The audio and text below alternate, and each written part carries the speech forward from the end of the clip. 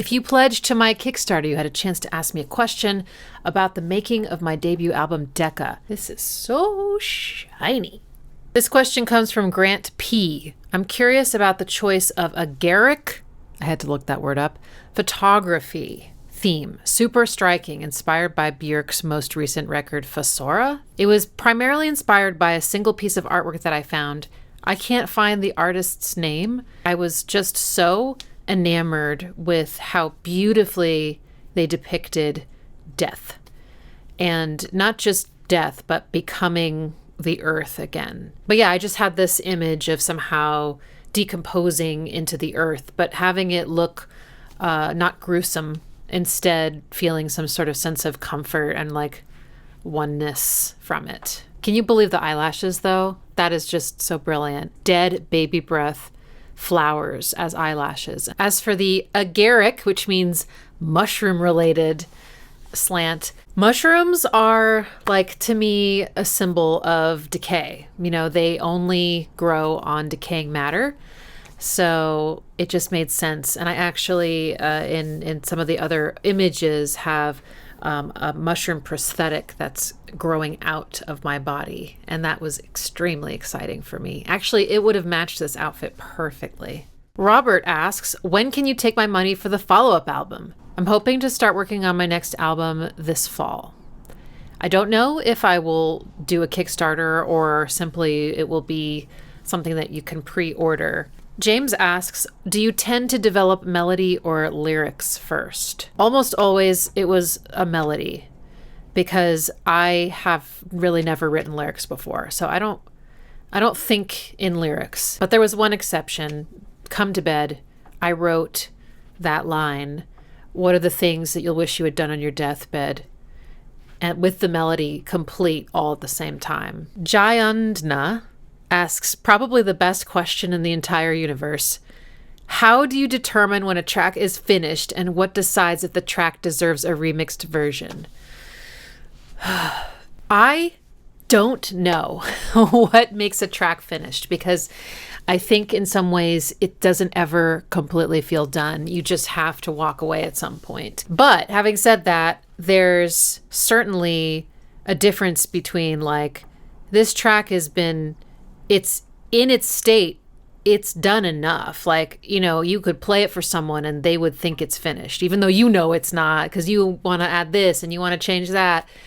But then there's songs where it's like, I've written one verse and one chorus and that's it. That song is clearly not done. So it has to all be written. But then after that, the production side of it, that I really struggled with deciding when it was done. And in some cases, I was changing things like minutes before I made the stems to send to the mixing engineer. So yeah. Alkis asks, what would you have done differently if the budget were double what it was now? I would have made some really incredible music videos. I have the images in my head and I just am telling you right now that they would cost tens of thousands of dollars to make each one of them.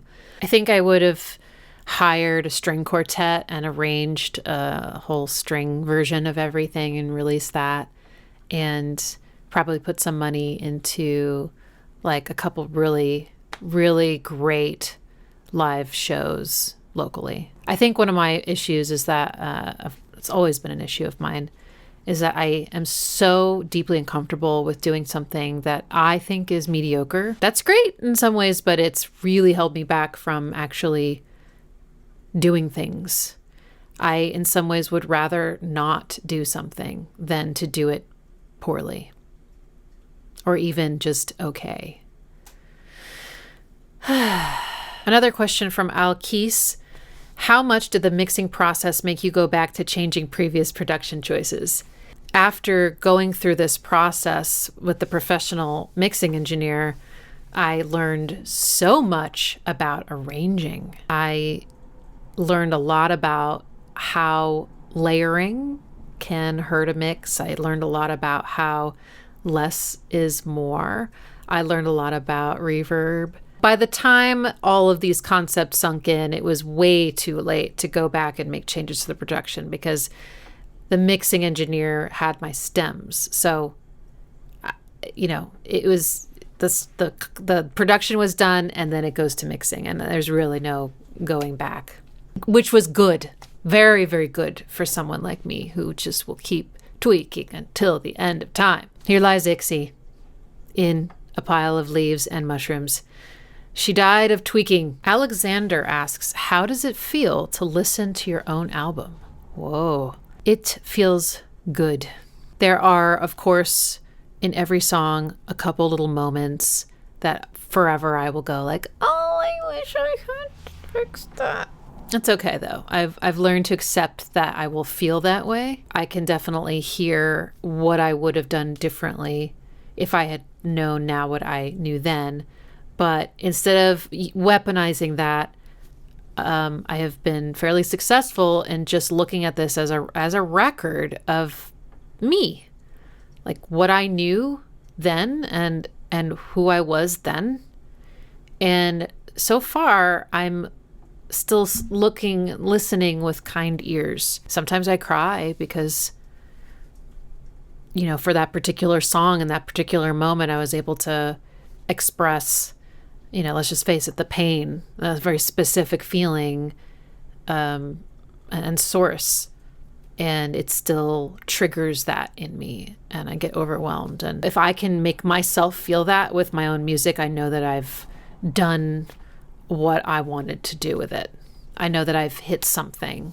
I can't know if it's going to hit anybody else's nerves, but it hit mine, and that's all I can ask for. Devin asks, what is your process for writing lyrics? I would just sing the melody and just kind of choose the vowel shapes that sounded best, and then like words would often come out of those. And I noticed that sometimes at the end of a line, it just had to be a certain vowel shape, and I couldn't really tell you why. It was just like I would try another vowel shape, and I'm like, it just doesn't sound as good. It has to be E, or it has to be O or something. And I would start to sing words that fit the vowel shape, and really was trying to find something that meant something and also felt natural to sing. I wanted it to flow rhythmically with the music and not be like fighting against the music. I never wanted to shove a lyric into a slot. It didn't belong. So that was an interesting process of trying to find different ways of saying something so that it flowed rhythmically. I was definitely interested in rhyming schemes. I tended to be dissatisfied with singing the exact same words for the choruses. I mean, that's like pretty much the main thing about a chorus is that it's the same refrain every time, but I just couldn't help myself. So I would like substitute out some word for a similar sounding word, but it meant something different, but the new meaning still fit. I was really nervous that I wasn't going to be able to become a decent enough lyricist before having to release this. And I definitely, rewrote lyrics again and again until I got them to a place where I felt like I'm not going to cringe at myself when I hear this lyric. I know that it was the best that I could do right now, and it works. And again, if it made me feel something, then it was like, I don't care about anything else. If it made me feel something, then, then it stays. I wrote down the lyrics in my Logic session. There's like a notes panel, so I would just have them in there. And then when I would track, I would copy them onto a Google Doc and color code the verses and the choruses just so that my eye could follow where I was as I was reading them. Because no, I couldn't seem to memorize my own lyrics, especially with all those little note or word changes. I just never could quite remember when I said sever and when I said savor. So yeah. Justin asks, what is your process for developing vocal or other instrumental melodies? One time I was in yoga and I had a melody come to me and I hummed the melody to myself incredibly quiet for 40 minutes. And then I ran out at the end of the lesson and grabbed my phone. It was like, because, you'll think, oh, I'll never forget this. You will. Oftentimes I'll hear melodies while I'm listening to other music, almost like if I was a collaborator on that song, this melody would have come to me, like with those chords. With instrumental melodies, those sometimes do come out of just improvising on the keyboard. I'll just like put my hands on it and I'll just start moving. It's like whatever I did, I'll just repeat it and repeat it and then just refine, and then like something cool will always happen. I did intentionally try to pull back on complexity in a lot of ways, and melodies was not an exception. I tend to just use all the notes, and I was like, okay, let's rein it in a bit. Let's sing a little slower. Let's take a tip from Radiohead. Let's like kind of draw it out, and like, some of my favorite melodies are just more simple. Something I noticed was sort of a pattern of patterns.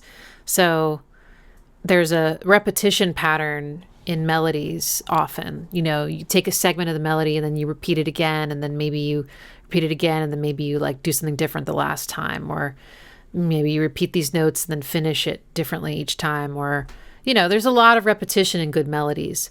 So I kept noticing that I would often do the melody, then repeat, then something different, and then go back to the original melody. So like an A, B, A kind of repetition structure.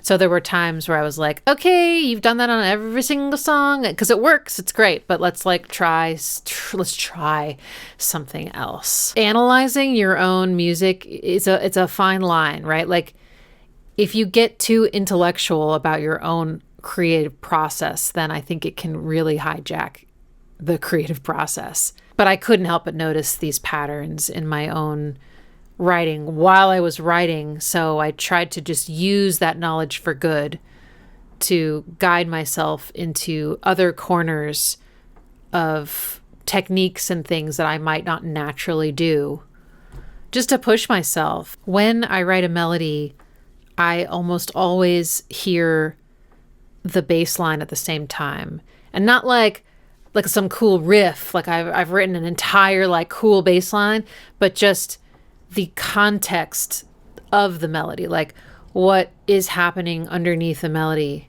A few questions about the creative process in a more general sense. Ryan asked about it, as well as Jeremy. I'm curious about your creative process. Sometimes when I noodle around on my guitar, I find a fun little riff, but I have never been able to create a song out of it. Do you start with something small like a riff or melody and develop it into a song?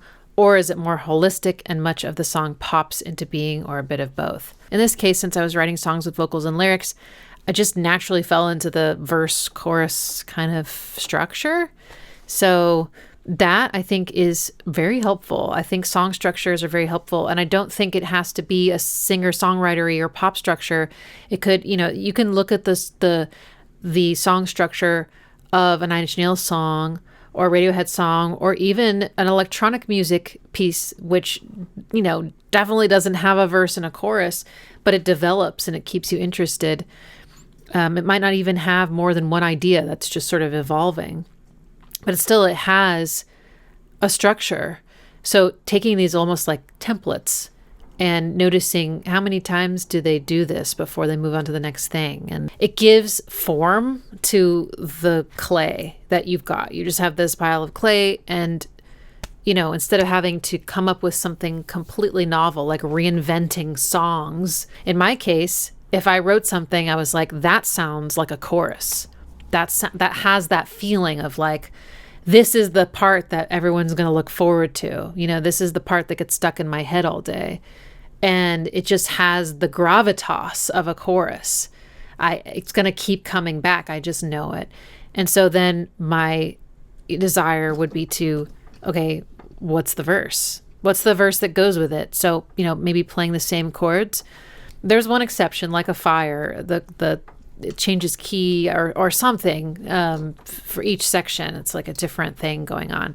But for the most part, there's nothing wrong with just like continuing to play the same chords or the same bass line or the same riff and like writing a new melody over it. Once you have another section, then you have the world, because you can start with the first section, then go into the second one, and then go back to the first one, and then go back to the second one.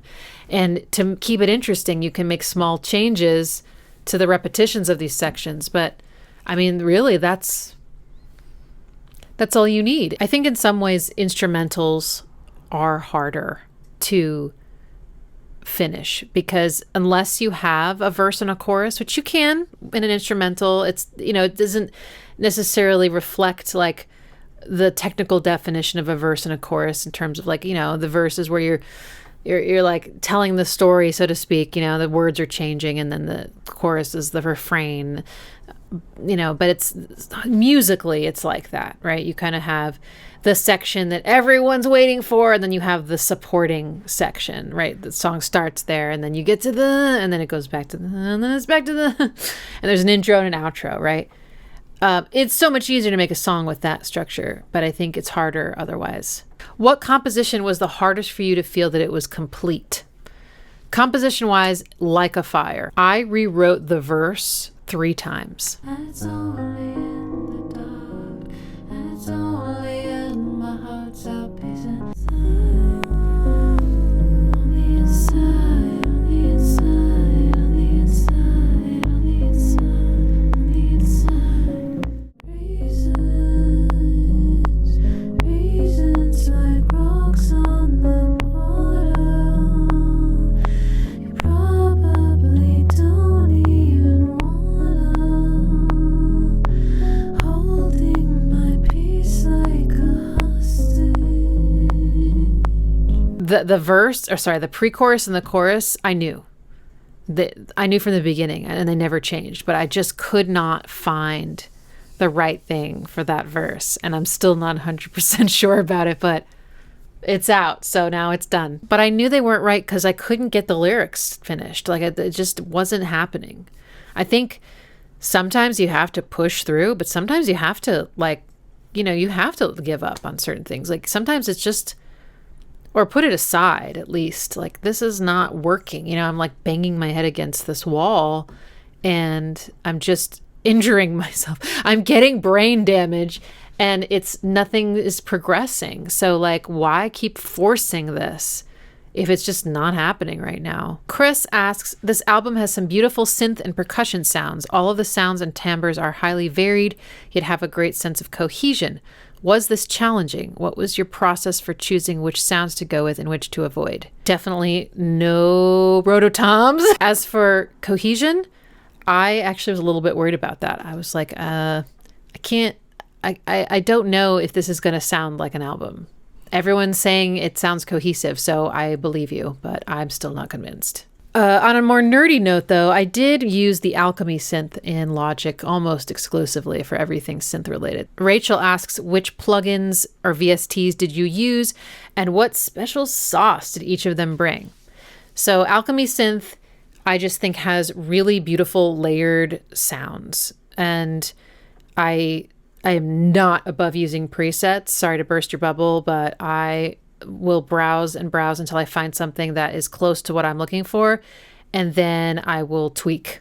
That's my way. I didn't create a single sound from scratch. Okay, the respace I did create from scratch, but I used a tutorial to do that. The Alchemy synth is very cool because once you find the preset you like, there are 8 flavors already programmed in.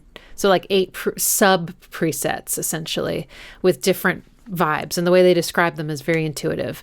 And then there's like these 2 boxes with an axis, and you can just drag shit around. I used some Spitfire audio VSTs for the felt piano in Like a Fire, or maybe it was a soft cinematic piano. That brought a lot of vulnerability, I think, to the song. I couldn't imagine playing that song with like a regular piano tone, although maybe I'll have to at some point.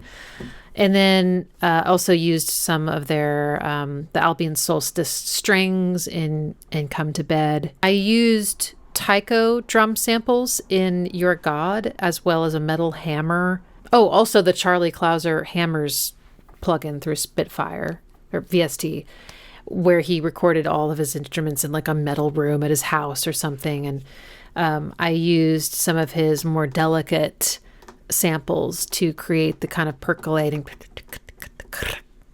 in Your God. Rob says, it's not a question. What? Just want to thank you again for everything. This record is the ixing. on the cake of learning from you over the past years. Aw, thanks, Rab. Clores asks, is this the album you set out to make? And if not, how did it evolve?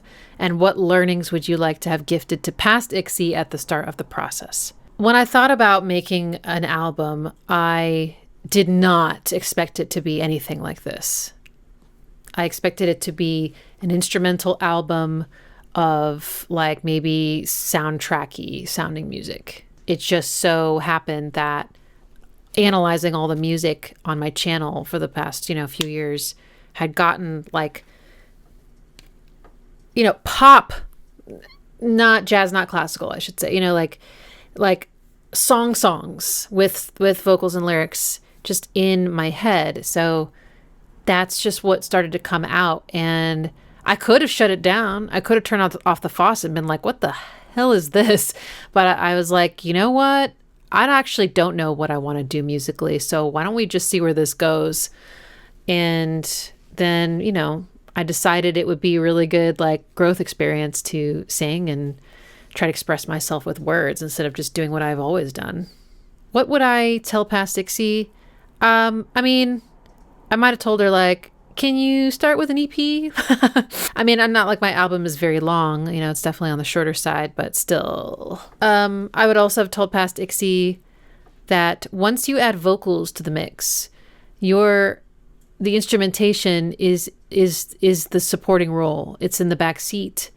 So you got to strip that shit down. I didn't, but now I will going forward. It's hard. You go from instrumental to vocals and the rules are different, I think, to some degree. Once, though, the album started to take shape and I was like, oh, it's this, then yes, I would say I did make the album that I set out to make when I decided it was going to be the vocal thing. Yeah, and that feels very cool. Oh, this is so nice. Kevin asks, is there a small moment on the record that means a lot to you? A chord change that you found after a hard day, or a small sound you put in to tribute someone? Yes. In my song Come to Bed, I sing in the big climax, will you come to play, leave your legacy? And that is a tribute to my mom, who she made her first album, which is a beautiful album of very unique piano solos. I think it was around the same age, actually, as I am now. And it was a monumental effort for her for similar reasons that it has been for me. Just that perfectionism and the self-doubt and the fear of failure and the fear of success and everything, and her album was called Legacy. She had this beautiful quilt that her mom had made by hand, gorgeous quilt, as the album cover. And Leave Your Legacy was a tribute to her. But also my mom has often said, like the phrase like playing big or playing small, like in the world, it's when you're afraid, you play small. You show people just enough that you feel comfortable with, and then but you know that you can do more, but you just are playing small, and what it means to really play big. To me, this was my first dipping my toes into playing big. And it's still not the big, right? If it was really playing big, I'd be on tour, right? I'd have made a bunch of music videos. I'd be posting about this all the time. I'd be promoting the hell out of it. It would be like all I thought about and ate and drank and slept. But, I'm playing medium, and that's better than small. Tillman asks, do you play drums? Yes, I do. I played the drums on Belitany. I had a Roland something. Here's what it was that I was renting. It was great. It was definitely the best E-kit I've ever played, because I'm one of those people that's like, I don't like electronic drum kits. It's not the same. And it's not. But this came really close. And it was great being able to track drums for Belitany at like 10 o'clock in the evening without worrying about waking up my housemates or whatever. I learned how to play drums in my early mid-30s. And it was really frustrating, but also really fun. And I just tried to play real songs, like very rarely did exercises, which maybe is bad, but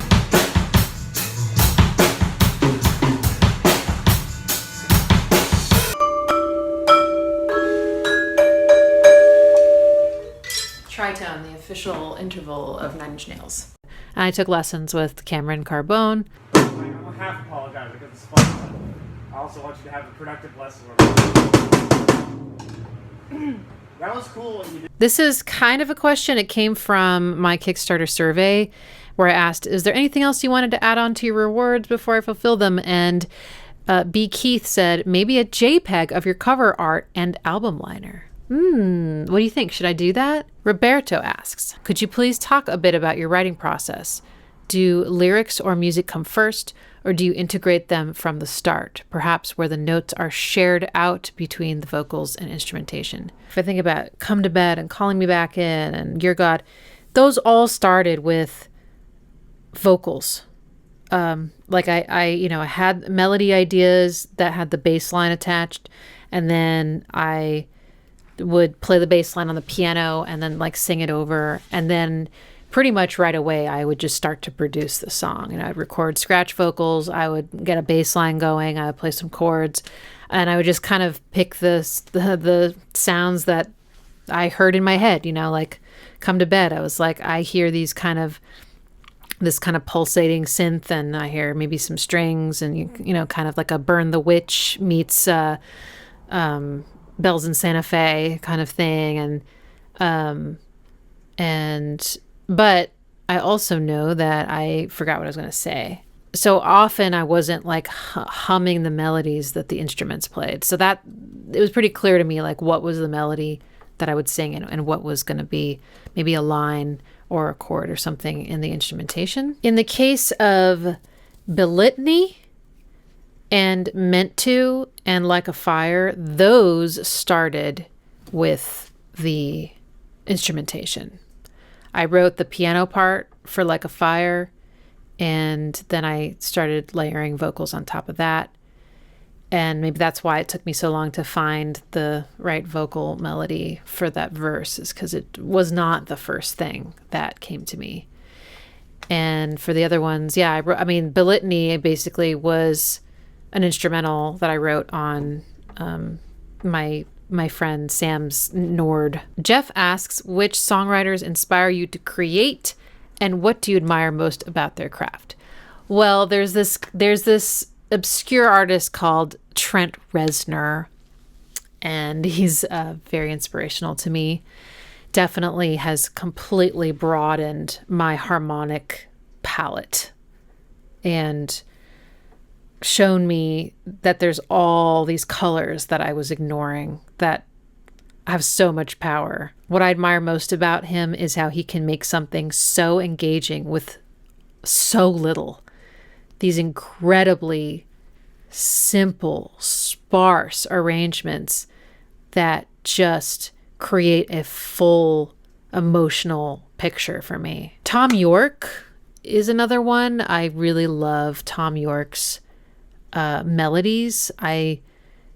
He gave me inspiration to like let some notes just be long and kind of like languish in them, and like not having to say a lot, like almost the words are carrying, like it's more like almost the vowels that are carrying the melody as opposed to the words. The words are, of course, important, but sometimes it sounds like he's just another instrument, he's another violin or something. Aurora really inspired me to tap into my little inner elf, and the melody in the pre-chorus of Like a Fire was me channeling Aurora. It's the I know you do, I couldn't make you move. Sorry, I was a little out of tune. That was hard. It was hard to sing. But yeah, that was definitely inspired by that song of hers, Everything Matters. She's like, baby. All those kind of, I don't know how to, I'm not sure I can put in words, but it's just the way it moves. The way it moves. She gave me permission to kind of dance around more. Billie Eilish. I wouldn't say like I know her music very well. I've listened to When We All Fall Asleep, Where Do We Go a few times. And of course, I've heard everything that's been in the media. When I first heard, I think it was Ocean Eyes, I think it was about 10 years ago. And she was singing so softly. I was like, wow, it's almost jazzy, but it's not.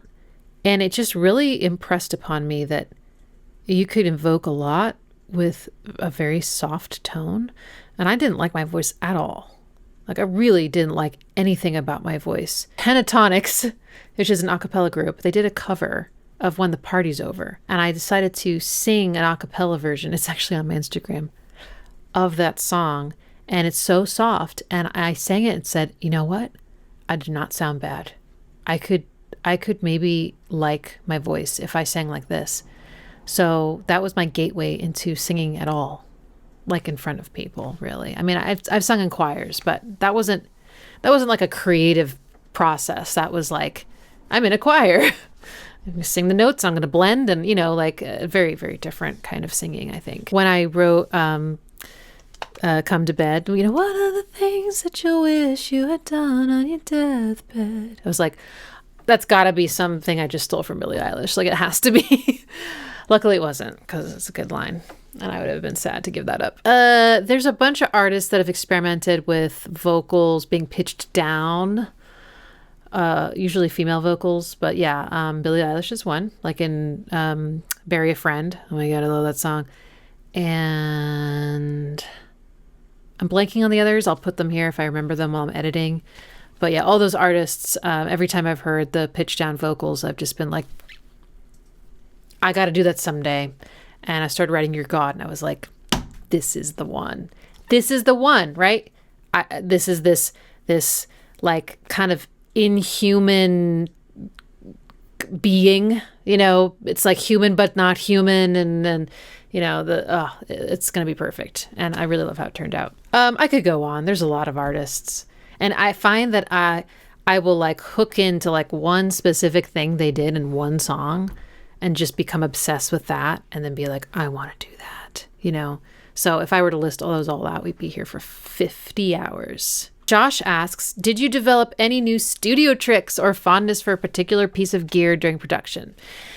I am very in the box. Sorry to disappoint. I have almost no hardware. I have this keyboard. This is the only hardware I have. So I've always been that way. I've always just had a MIDI controller and a piece of software. And, this is hardware, I guess. So this is a new addition. No new fondnesses for any pieces of gear. But as for studio tricks, I definitely fell in love with delay on voices. I found that I could just put a delay on my voice and no reverb. And it sounded it gave it the depth I was looking for. And I remember thinking, all this time I've been using reverb to create depth, and maybe delay is more where it's at. And of course, probably in a year, I'll be like, she thought delay was, oh man, no, it's this other thing. In Like a Fire, I used a delay that was pretty short. And I had never done that before. And it created this really different kind of quality. Like maybe I was in like a smaller space, and so that gave it this more intimate vibe. I think I would enjoy experimenting with that more. The pitching down of the vocal thing, I don't want to overuse it. I have one more song in the works that I'll release someday called Dead by Then. Yeah, a lot of death in my music, huh? That one definitely needs an octave doubling beneath.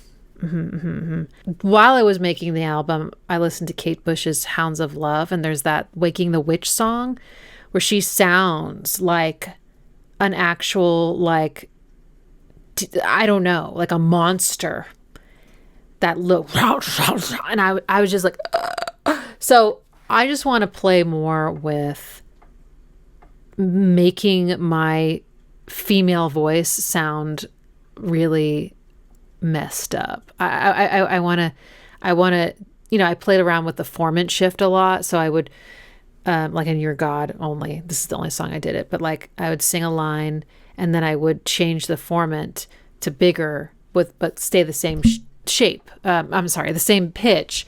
So it'd be like, I know you've been trying. On that note, I also enjoyed playing around with different like placements in my voice of like singing come to bed and come to bed and layering to make it sound like a choir. But also just in general, like trying different placement and like how tall my cathedral was inside for different songs, like it's fairly tall in the verse of Silver Screening on Purpose, kind of emulating a London Grammar kind of delivery because I'm obsessed. Okay, so this has all been about the voice. Interesting, isn't it? Kind of makes sense though, because this was my new frontier, right? It's like I've been producing music. You haven't heard any of it, but I've been producing music since I was like 15 and it's all been instrumental. So, I was particularly excited, I guess, about the vocal production. That was a lot of fun, experimentation. And there's definitely more to come, at some point, hopefully if the lyrics flow out, I'm like, a part of me is like, is this a one-off? Like, am I ever going to write songs again? Like I have a lot of ideas, but none of them have like flowed out. They're just little voice recordings. And so we'll see. But if it is, I'm okay with it. Another reason why maybe I don't want to become like a singer, because I don't know if I want to be a singer. To me, this might have just been like, that's the album that I sang on, and then this is the album that I used this instrument on. This is the album that has this instrument. I don't know. We'll see. Dennis or Denise asks, will you consider releasing stems for remixing? Yes. Calling me back in. As for the other ones, I don't know. Jeff asks, what DAW do you use? And do you have any tips getting started with learning a recording and editing workflow? I use Logic Pro X and I used Reason before that forever. I don't know that I have a lot of tips for workflow. I feel like mine is pretty chaotic. Christian asks, did you take any voice training or lessons? No, Hey, if I had more money, I probably would have. I would love to have a vocal coach. I would love to have had somebody not only teach me how to get the sound I was looking for without hurting myself, or how to reach something, get just the right placement, but just take me through each song and help me fine tune every moment of the vocal performance to its optimum, everything. But no, I didn't. And now when I try to sing high, it sounds really bad and I'm worried that I hurt my voice. So don't do what I did, maybe. Lenny Adam asks, whilst, nice word choice, the songs on Decca have variety, it also manages to sound very cohesive as a whole. Was that something you intended from the beginning? Were there any songs you rejected or ceased working on because they didn't quite have the right feel? No, I didn't reject any songs because they didn't have the right feel. I rejected songs because they simply were not going to get finished in time. I don't remember when the cutoff was. I don't think it was a date that I chose, but I just was like, here's what I have, and these are all like 80 to 90% done. And then I have these three that will fit both thematically and stylistically, but they just aren't going to happen, and I'll have to push the release back until who knows when. Like I couldn't see the finish line for some of those songs. So I just let them be, and they can just be on another release or be singles. I'm petting Pax. He's very cute. I'm sorry that you can't see his face, but it's adorable. Actually, you can. I'm going to widen the camera for you. Haha, such a cute little boy. So cute. Dan asks, in what order did these songs come to you and over how long a span of time have they been kicking around in your mind? The first one I wrote on this album was The Litany, and that was in 2018. And I recorded the demo on my, with GarageBand. Yeah, and I rented a condenser mic for a day so I could record the vocals in my bedroom. Oh, here's a little bit of it in case you want to hear how it evolved. I will be mine, I will be dreams, I will be death, I will be small, I will be change, I will be breath, I will be light, I will be truth, I will be... here's how it sounds now. I will be strong, I will be yours, I will be this, I will be here, I will be blame, I will be strong. The next one was Meant To. I wrote that also like around the same time. I wrote that for my mom, and I recorded the same way. It was Reason into GarageBand, and then I recorded the vocals for the demo on my phone. And I actually kept the last like main line,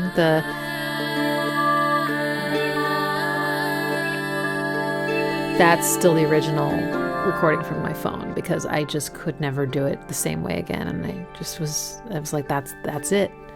The others though were much more recent. Like a Fire, I started writing in 2023, right, Pax? 2023.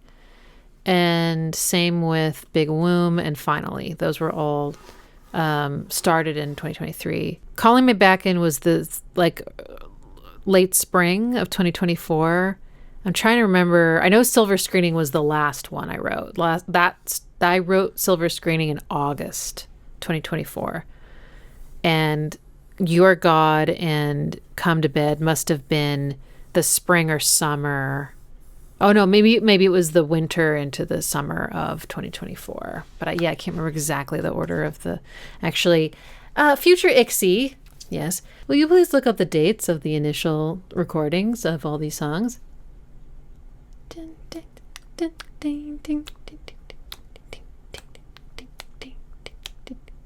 Aaron asks, I wanted to ask how much studio time you booked, if any. Thanks.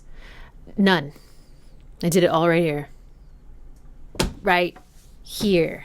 Out of My System asks, how did you settle on the order of the tracks in the album? Mood, emotion, tempo, dart, and a dartboard. I knew that Finally was going to be first and Big Womb was going to be last, because they just sounded like the beginning and the end. I also knew that Silver Screening was going to come before Big Womb, because Big Womb is sort of a companion to Silver Screening. And then I also knew that The Litany and Meant To were going to go one after the other, because they're also companions. Then it was just a matter of figuring out, where do these pairings go? Come to Bed, I kind of felt like this needs to be the first main song, because this is my mantra in making this, is like, this is one of the things that you want to do before you die, right? So it felt like a declaration to start with that, like, this is it, and it also has a lot of suspense. And so I feel like it was an exciting way to start. And also it didn't have any drums. So I also felt like it was a way to kind of ease in, and then, but I moved around Your God, Calling Me Back, and Like a Fire a bunch of times trying to find the right place. Rich asks, what is the biggest way Nine Inch Nails has influenced this album / your music? Oh my gosh, so much. I mean, I can even point out specific things. So the scale, I'm not exactly sure what the scale is. I've never figured out, but I can just tell the note choices in the scale of Like a Fire, the da da da da da da da da.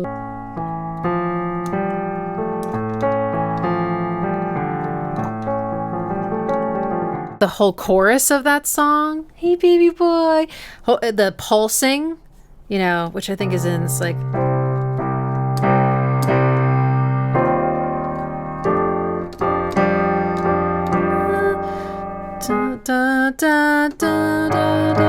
the dry down. I would have never written that song if I hadn't studied Nine Inch Nails on this channel. I also took a tip from Trent when I was writing Your God. I was writing the melody for the verse, and I was like, what would Trent do? I was like, he would end his phrase on that note. I know you've been trying so desperately. So I made myself do it, and I loved it, because I tend to go this note, but he always goes this note. Your God, yeah, so the opening sound of Your God is this synth that sounds very voice-like, almost sounds like a sampled voice, the way it's like it reminded me a little bit of like, some of the sounds on like Pretty Hate Machine. And I don't think I would have liked how that sounded if it had not been for like just living, breathing Nine Inch Nails music so much and starting to develop a taste for certain things. Finally, in Big Womb were the sparsest things I've ever made in my life. And, he gave me permission to be sparse. So yeah, I would say he had, especially a lot of influence over my note choices.